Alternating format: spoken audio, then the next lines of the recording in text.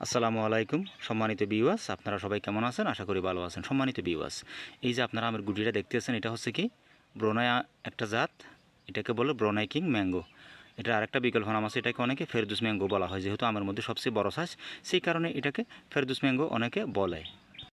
সম্মানিত ভিউয়ার্স, এখন যে আমটা আপনারা দেখতেছেন, এটা হচ্ছে কি অন্যতম আর একটা সুস্বাদু আম, ডকমাই জাতের আমের গুটি। সম্মানিত ভিউয়ার্স, এখন যে আমের গুটিটা আপনারা দেখতেছেন, এটা হচ্ছে কি থাইল্যান্ড দেশে বিখ্যাত সুইট কাটিমন আমের গুটি।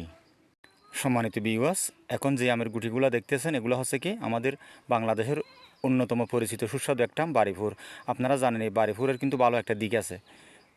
প্রথম কথা হচ্ছে কি এই আম কিন্তু কাঁচা অবস্থায় খাওয়া যায়, টক হবে না, তবে মিষ্টিও হবে না। অন্য আম তো গালে নেওয়াই যায় না। ওই হিসেবে কিন্তু বাড়িফুর আমের ভালো একটা বৈশিষ্ট্য।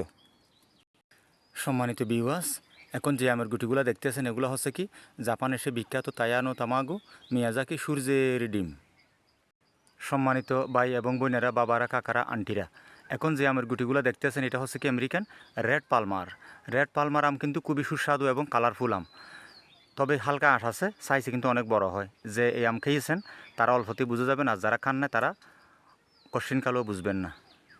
সম্মানিত ভিউয়ার্স, এখন যে আমের গুটিগুলো দেখতেছেন, এটা হচ্ছে কি থাইল্যান্ডের আরেকটা বিখ্যাত আম, কিং অফ চাকাপাত। এই চাকাপাত আম কিন্তু রঙিন আমের মধ্যে সবচেয়ে সুস্বাদু আম। মিয়াজাকি কিন্তু সৌন্দর্যের জন্য বিখ্যাত, আর চাকাপাত কিন্তু স্বাদে মানে সব দিক থেকে কিন্তু এগিয়ে। তবে কি মিয়াজাকি আম ভাইরাল হয়েছে, চাকাপাত আম ভাইরাল হয় না, সেজন্য এটা প্রথম স্থানে আসতে পারে নাই।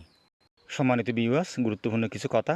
এই যে আম গাছটা আপনারা দেখতেছেন, যতগুলো আমের জাত আপনাদেরকে আমি দেখিয়েছি, গুটি দেখিয়েছি, এগুলো হচ্ছে কি এই গাছের মধ্যে অন্তর্ভুক্ত। কারণ এটা আমাকে আলফানসো আম বলে একটা বাজে আম গাছ ঢুকিয়ে দিয়েছিল একটা নার্সারিওয়ালা। তখন আমি 3-4 বছর অপেক্ষা করার পর দেখতেছি গাছটা ভালো না, তখন আমি কেটে টপ ওয়ার্কিং করে যে সমস্ত জাতগুলো দেখিয়েছি, ওই সমস্ত সবগুলো জাত আমি একটাতে সেট করেছি। এই দেখেন সম্মানিত ভিউয়ার্স, এই হচ্ছে মাটির থেকে, এখানে হচ্ছে কি এইটা রোটাস্টক, আর এটা হচ্ছে গ্রেফটিং। তো যাই হোক, এটা আমার পছন্দ হয় না, সেজন্য আমি কলমের উপর আবার টপ ওয়ার্কিং করে এটাকে আমার পছন্দ মতো জাত বানিয়েছি। সব কিছু একটা ধৈর্য এবং সময়ের দরকার আছে। সম্মানিত ভিউয়ার্স, এই সবগুলো আম গাছে অতিরিক্ত মাত্রায় টিকিয়ে রাখার জন্য আমি গোড়াতে কিন্তু হিউমিক অ্যাসিড প্রয়োগ করব, অর্থাৎ ব্যবহার করব। মন চাইলে আপনারাও এটা ট্রাই করতে পারেন। এই দেখেন সম্মানিত ভিউয়ার্স, আমি গুলিয়ে নিয়েছি। মাত্রাটা আপনারা দোকানদার থেকে জেনে নেবেন। আমি বললে একটু এদিক এদিক হইতেও পারে, পরে আবার কফিয়ে দিতে হবে আপনাদেরকে।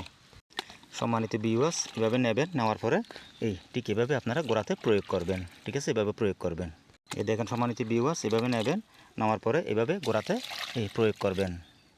তো সম্মানিত ভিউয়ার্স, টপ ওয়ার্কিং মানে কাটাছিঁড়ে অর্থাৎ সার্জারি, এগুলো করতে গেলে গাছকে অনেক কষ্ট দিতে হয়, অনেক আঘাত দিতে হয়। আর কথা বাড়াবো না, ভিডিওটা ভালো লাগে লাইক করবেন, কমেন্ট করবেন, শেয়ার করবেন।